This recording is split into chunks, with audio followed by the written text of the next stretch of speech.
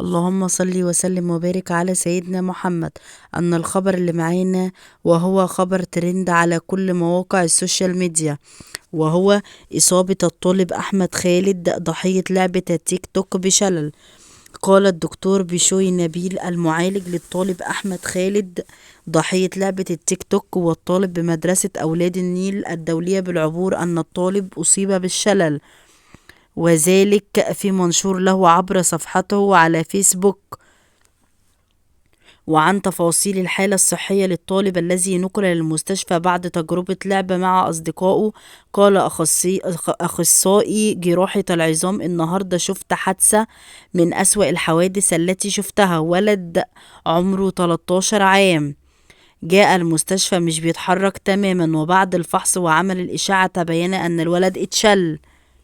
وأوضح الدكتور بشوي نبيل أن سبب الإصابة أن الطالب كان يلعب مع أصحابه ترند جديد على التيك توك. متابعا، الولد جاله كسر في الفقرات العنقية وضغط شديد على النخاع الشوكي، وبنسبة كبيرة مش هيتحسن، قائلا: ولد 13 عام اتشل بسبب لعبة، بسبب هزار سخيف. متخيلين احنا وصلنا لإيه؟ واختتم بقوله: أرجوكم خلي بالكم من أولادكم وتوعيهم. ممكن تكون حاجة بسيطة بس تؤدي لموت صاحبها أو تؤدي لعاهة مستديمة. ربنا يكتب له الشفاء. منظر الأهل النهاردة وأنا بقول لهم على حالة ابنهم محدش يتمنى إنه يشوفهم.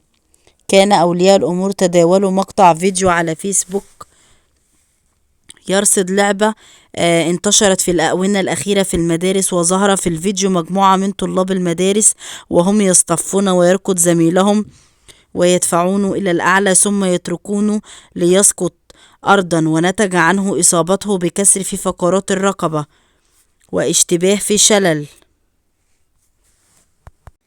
وحذرت ولية أمر قائلة: خدوا بالكم من أولادكم، بلاش اللعبة دي. الولد جاله شلل والفقرات اتكسرت وركبوا فقرة صناعية، ولو عدى 24 ساعة دول على خير يبقى كرم من عند ربنا.